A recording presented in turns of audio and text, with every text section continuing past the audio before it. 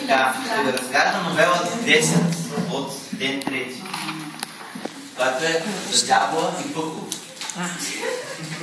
Живял в един град, един богат търговец, който имал дъщеря на име Алибек. Много интересно име, обаче няма да говорим за това.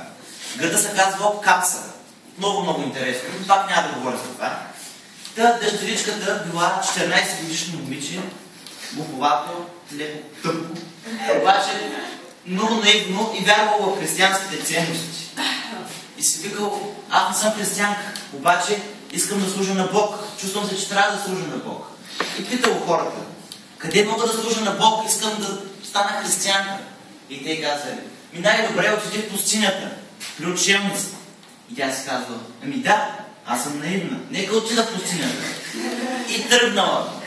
Тръгнала сама из пустинята Тебаида. Много интересно име, както се е.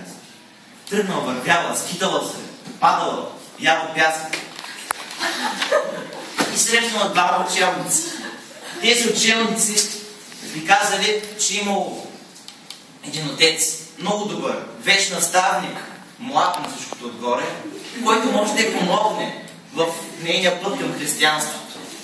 Да срещнала тя този наставник в неговата килия. Той не е отправил както другите двама, а е приел и казал, ела спи върху тези палмови вейки, спи и си почини. Тази нощ това много трудно за този отец. Той е гледал към Бога. Гледал към Бога. Но най-накрая неговото изкушение наделява над волята.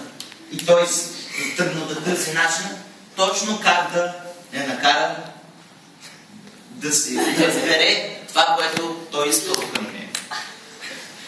Мъчо се разказва и разбрал, че тя мъж не е виждала. И не знае какво да прави с този мъж. Затова накрая казал, ти трябва да служиш на Бог, но неговият съперник е дявола и че трябва да го накажеш. Накажи този дявол. Тя казва, добре ще го направя, така ще служа на Бог. И той каза, добре, следвай моите действия. Той се съблякал чисто голо и тя се съблякала. И той казал, ето го дявола, трябва да го накажеш. И тя казала, но аз нямам дявол, какво да правя? Спокойно, в тебе се крие пъклото. Сега ще ти покажа как трябва да натикаш дявола в пъклото. И тя, ами добре, щом това е Божията поведа, аз ще го направя. И той карал дявола в пъклото. И го изкарал. И пак го вкарал. И пак го изкарал. Много пъти. И на него харесал. И на него му харесал. Останали много удовлетворени, служили към Бога. Накрая тя казва, Боже, чувствам се толкова добре, удовлетворена и правя небесни чудеса. И така всеки ден се виждали, по няколко пъти. Карвали дявола, изкарвали дявола. Всеки ден. Но на отеца вече му премаляло. Неговият дявол бил изтощен. Тя идвала все повече и била. Огньовете горят моето пътло. Твоят дявол не пръска достатъчно огън.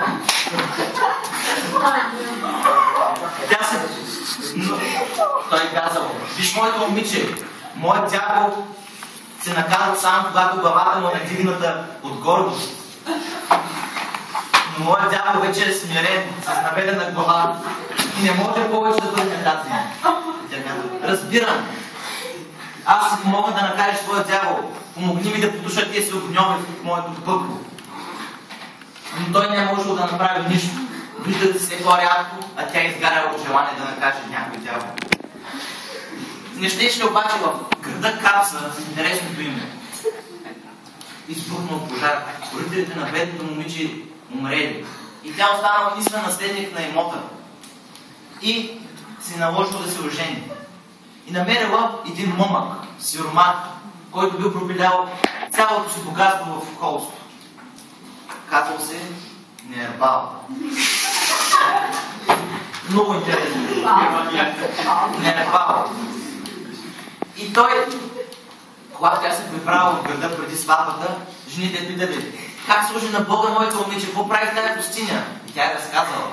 Те се смеяли и викали: спокойно, моето момиче, Нербал няма да има никакви проблеми да наказва своя дядо в твоето пъкло.